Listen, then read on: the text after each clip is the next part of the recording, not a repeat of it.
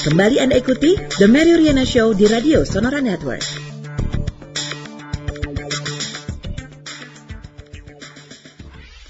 Hai friends, kembali lagi di The Mary Riana Show, Live Your Best Life for Indonesia. Dan seperti yang saya bilang di awal, hari ini saya akan membagikan 2 buku Mimpi $1 Juta kepada pendengar yang beruntung yang berpartisipasi melalui Twitter @MaryRiana dan juga @SonoraFM dan juga SMS ke 0812-1129-200 ya. Jadi silakan bagi Anda yang ingin memberikan pertanyaan seputar topik kita hari ini dan juga pertanyaan kepada narasumber, saya tunggu pastinya. Dan friends, hari ini kita akan membahas tema modal gerobak untung miliaran from 0 to 1,000 in 3 countries before 30. Dan bintang tamu saya hari ini bisa dibilang sebagai orang yang cukup nekat. Kenapa? Karena modal nggak ada, masak pun nggak bisa, tapi dia berani membuat bisnis makanan yang bahkan jenis makanannya pun tidak familiar di Indonesia. Ya, dan beliau adalah Pak Hendy Setiono, pemilik dari kebab Turki Baba Raffi. Halo Pak Hendy. Hai, pagi Mary. Pagi, apa kabar? Baik. Luar biasa. Ya. Luar biasa. Ngomong-ngomong tentang kebab Turki nih, gimana sih ceritanya awalnya bisa jualan kebab? Iya, jadi sebenarnya nggak sengaja, kebetulan tidak ada background bisnis dalam keluarga saya. Ibu saya seorang guru, ayah saya beliau bekerja sebagai operator di salah satu perusahaan di Qatar. Nah, singkat kata pada saat saya masih kuliah di ITS Surabaya, saya berlibur mengunjungi orang tua saya di Qatar. Nah, di sana saya melihat banyak sekali yang berjualan makanan kebab, hingga akhirnya begitu saya mencoba, saya terinspirasi untuk membuka makanan kebab ini di Surabaya. Jadi sekembalinya saya ke Surabaya dengan modal tidak besar, saya mendirikan outlet gerobak saya yang pertama, yang alhamdulillah mendapat respon cukup bagus. Hingga dari situ saya membuka cabang kedua, ketiga, dan seterusnya, dan berjalan 10 tahun hingga sekarang. Wah, hebat. Sekarang udah di mana-mana ya. Amin. Nah, jadi berawal sebenarnya dari inspirasi lagi jalan-jalan, terus ngelihat, wih kok di Turki banyak yang jualan kebab. Betul, ya. Dicoba enak, terus pengen dibawa ke Surabaya. Betul, jadi ya sesuai hobi aja, hobinya kan makan nih gitu. Tiap mengunjungi tempat baru, nyobain makanannya, mengunjungi di kota lain, nyobain lagi makanannya, sehingga itu yang membuat saya memiliki passion di bisnis kuliner gitu. Jadi yang namanya bisnis juga kadang nggak selalu rame terus, ada masanya juga pas lagi hujan deras sepi, ya biar menghibur diri kebabnya saya makan sendiri. Gitu ya. Nah, tapi kan sebenarnya nggak mudah ya Pak Hendy, karena kan mungkin kadang-kadang kita juga sering jalan-jalan melihat ada ide bagus nih, mungkin kita bisa bawa, mungkin kita bisa bisniskan. Nah, tapi banyak orang cuma punya idenya, tapi mereka nggak tahu caranya gimana bisa benar-benar menjadikan itu kenyataan. Nah, jadi untuk Pak Hendy sendiri waktu itu bagaimana langkahnya? Ya, jadi karena saya juga mulainya juga sesuatu yang kecil, ya sebagai mahasiswa umur 19 tahun, bisa apa sih? Ya artinya dengan saat itu modal apa adanya, 4 juta rupiah yang saya pinjam dari adik saya, perempuan, saya jadikan outlet pertama saya untuk jualan kebab. Dan kenapa? Karena ya saat itu mahasiswa kan juga nggak mungkin saya bisa buka restoran gede, mewah di outlet pertama saya. Dan ternyata alhamdulillah ya pelan-pelan sesuatu yang kita mulai kecil, tekun, ya fokus dan diberikan passion di situ, ya bisa membawa hasil kok. Dan disitulah yang menginspirasi saya. Begitu saya membuka outlet pertama saya sudah berpikir saya ingin memiliki ribuan cabang berjualan kebab. Wah, dari awal sejak pertama didirikan udah langsung bermimpi bercabang-cabang ya. Nggak takut gagal nih Pak Hendy? Ya, gagal itu kekhawatiran yang kerap kali muncul. Tidak bisa dipungkiri, namanya berbisnis pasti tidak lepas dari risiko. Dan ya sama seperti yang kita lakukan dalam berjualan kebab pun, ya tidak selalu indah gitu. Ada masanya juga saat karyawan tidak masuk, saya harus jualan sendiri. Padahal di waktu yang sama saya harus kuliah. Itu saya lakukan di awal gitu. Dan ya saya membuang jauh-jauh rasa malu dan gengsi.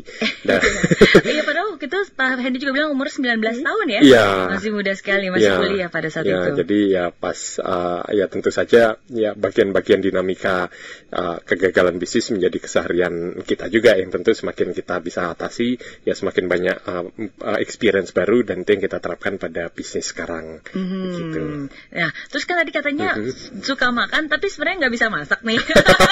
Terus gimana dong? Itu kan nekat banget gitu, mau bisnis kuliner, tapi sebenarnya nggak bisa masak. Sedangkan resepnya segala gitu kan, bahannya segala macam gimana? Jadi pas di Qatar kebetulan yang saya lihat langsung itu kebab yang open kitchen. Jadi kebetulan di flat tempat orang tua saya tinggal, apartemennya di bawahnya ada yang berjualan kebab. Di situ selama 3 bulan ya saya berinteraksi langsung, belajar di sana. Begitu kita aplikasikan di Indonesia, ternyata jenis kebab seperti asli di Qatar itu tidak disukai cita rasanya gitu. Begitu Beda saya sampling ya, benar. ya.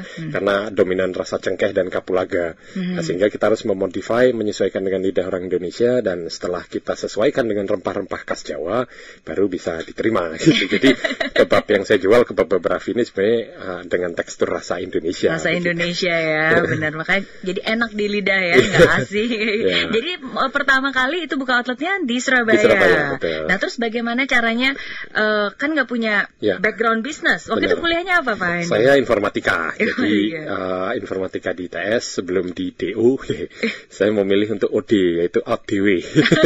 Keluar sendiri ya, fokus duluan, fokus jadi pengusaha. Dan alhamdulillah rupanya dari satu outlet yang kita buka, kita kumpulkan keuntungannya untuk buka cabang kedua, ketiga, sampai 1 tahun kita punya 6 cabang, dan mulai kita franchise-kan.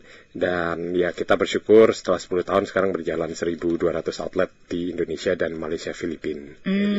Berarti otodidak kali ini ya, belajar bisnisnya? Enggak juga. Sebenarnya otodidak itu saya barengi juga dengan personal, ya banyak juga kita mengikuti, ya kita mengambil coaching dan konsultan untuk membackup, membantu bisnis kita. Ya tentu kita juga ada pengetahuan kita terbatas. Saat knowledge kita pengen upgrade sistem, kita pengen upgrade, kita punya SDM skill, kita pengen upgrade tentang franchise system kita. Ya kita banyak menggunakan tenaga ahli untuk mensupport perkembangan dari bisnis sendiri, sehingga tidak pernah berhenti belajar. Oke, jadi memang benar-benar kita harus fokus akan kelebihan kita kali ya. Jadi pastinya tidak ada manusia yang sempurna, dan justru disitulah kita bekerja sama dengan pihak-pihak yang memang bisa memberikan kita input atau masukan dan memperlancar bisnis di situ. Jadi Pak Hendy Setiono mengawali usahanya tahun 2003 di Surabaya hanya dengan modal 4 juta pinjaman dari adik perempuannya, berjualan kebab. Waktu itu sendirian sama? Ya, jadi masih satu karyawan gitu. Jadi kebetulan saya bersama mantan pacar saya yang sekarang jadi istri saya sama Nilam, ya jadi di usia kami yang 20 tahun kami menikah dan memiliki anak 3 di usia 23 tahun gitu, sehingga nama betul, sehingga nama Raffi sendiri diambil dari nama anak saya yang pertama, inspirasinya. Jadi Baba Raffi itu artinya bapaknya Raffi. Dan ya berdua saya dan istri mengelola outlet tersebut ya dari 1, 2, 3 dan seterusnya, hingga akhirnya alhamdulillah kita saat ini memperkerjakan 1.900 tenaga kerja di perusahaan. Wah luar biasa. Nah ini menarik sekali tadi Pak Hendy bilang kan, pertama memulai bisnis aja pastinya nggak mudah, apalagi kan masih muda, belum banyak pengalaman, nggak punya modal. Nah terus udah gitu ditambah memulai keluarga baru, gitu kan? Nah itu pastinya kalau dimulai di saat yang bersamaan, tantangannya masih sangat berat. Waktu itu gimana? Jadi salah satu poin di 7 keajaiban rezekinya dari Mas Ipo Santosa, salah satu pintu rezeki itu akan terbuka kalau kita menikah gitu. Seperti Mbak Mary dan Mas Alfa, semakin jos begitu berkeluarga. Itu pun saya rasakan gitu. Jadi ya pada saat kita sudah ada pendamping, ada tempat penyaluran, pada saat kita ibaratnya mau bertukar pikiran, baik merasakan senang maupun susah, itu membuat percepatan bisnisnya terjadi. Dan itu saya rasakan. Begitu ada dukungan dari keluarga, dari istri, dan orang tua saya pun juga mensupport ya secara tidak langsung, itu menjadi doa terhadap bisnis yang dijalankan. Wah luar biasa. Berarti salah satu kunci untuk sukses untuk anak-anak muda juga ya. Cari pendamping yang mensupport dan berjuang bersama. Tapi memang luar biasa Pak Hendy, karena saya dan suami saya juga kebetulan kita menikah muda, tapi nggak muda-muda banget lah. Waktu itu umur 24 kita menikah. Nah tapi pada saat itu ya di saat kita memulai bisnis, ya kita planning, karena kita pikir kan wah susah nih nanti udah punya anak, susah, jadi kita planning bisnis dulu, baru 2008 pilih anak. Luar biasa, sekarang ini pasangan sejati sekaligus pasangan bisnis. Dua-duanya sekaligus, bahkan franchise-nya kemana-mana. Nah ngomong-ngomong nih tentang tadi kan tentang produk ya. Kalau bisnis kan kita nggak cuma ngomongin tentang produk, ada pemasaran juga, dan salah satu pemasarannya itu adalah dengan branding. Nah sekarang bagaimana cara Pak Hendy membawa kebab Turki Baba Raffi ini bisa sampai dikenal masyarakat? Padahal pada saat itu mungkin orang Indonesia belum gitu mengenal yang namanya makanan kebab. Betul, ya sebenarnya secara organik kita membangun brand pelan-pelan ya, dari merek kebab Turki Baba Raffi yang kita mulai di Surabaya, yang begitu customer kami mencoba cocok dengan rasanya, besoknya datang lagi ngajak teman dan saudaranya, sehingga fungsi word of mouth ini masih menjadi strategi marketing yang paling efektif di saat orang suka dengan produknya dan dia menceritakan ke orang lain. Dan itu yang coba kita kemas terus gitu, sehingga secara konsisten 5 tahun pertama kita membangun brand, dan begitu brandnya sudah dikenal menjadi top of mind di kategori bisnis makanan kebab, kita semakin mudah dalam melakukan ekspansi di wilayah lain. Sehingga ya seperti halnya pada saat kita membangun market, baik itu di kota baru yang kita belum punya cabang di sana, maupun di negara baru seperti Malaysia, rupanya tidak sedikit juga yang sudah pernah mendengar merek kebab Turki Baba Raffi, sehingga itu menjadi keuntungan tersendiri pada saat kita ekspansi, karena sudah pernah tahu, penasaran dengan rasanya. Begitu ada di depan, ibaratnya daerah mereka tinggal, ada outlet di sana, mereka bisa mengakses atau membelinya lebih mudah. Sehingga strategi yang kita pakai masih dengan klasik, yaitu menjaga quality yang baik, kemudian menjadi word of mouth produk, sehingga itu terspread out baik secara offline maupun dengan sosial media. Gitu. Iya ya, jadi ada di mana-mana ya. Sekarang marketing nggak cuma traditional marketing ya. Benar. Sekarang ya, jadi banyak caranya. Ya. Nah, berapa lama sih waktu itu Pak Hendy butuhkan untuk sampai benar-benar menemukan resep yang pas untuk lidah orang Indonesia? Sebenarnya 3-6 bulan pertama kita masih trial error menu, jadi belum langsung fix gitu ya. Jadi pada saat kita jualan pun masih ada beberapa menu yang kita tarik karena penjualan tidak bagus dan kita ganti dengan menu-menu lain. Ya, seperti saat ini kita punya 15 varian menu selain kebab, shawarma, kemudian roti canai, burger, hotdog, dan aneka macam lainnya. Ya, ini kita terus improve. Kita memiliki R&D team yang saat ini salah satu tim kita adalah dari Jepang, Daisuke-san, yang terlibat dalam tim Baba Raffi untuk mendevelop menu-menu baru gitu. Sehingga dari Jepang malah ya? Dari Jepang. Okay. Dan itu menjadi ya salah satu nilai tambah begitu kita bisa mengeluarkan menu baru dengan kemasan branding yang bagus. Itu menjadi daya tarik tersendiri. Awalnya tentu tidak mudah. Saya ingat masih promosi saya adalah dengan menyebarkan brosur, ya, yang saya fotokopi 1 rim, saya bagi 2, saya sebar-sebarin di dekat kampus, di musola dan sebagainya, yang karena belum ada sosial media saat itu.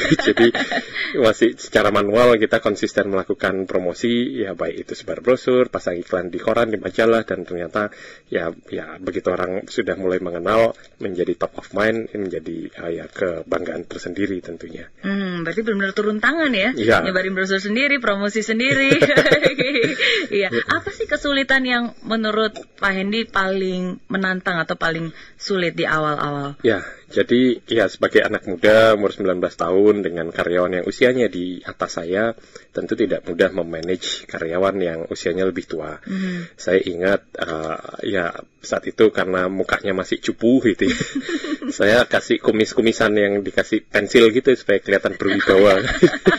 Dan ya begitu, jadi ya mengatur karyawan yang usianya lebih tua ternyata tantangan tersendiri.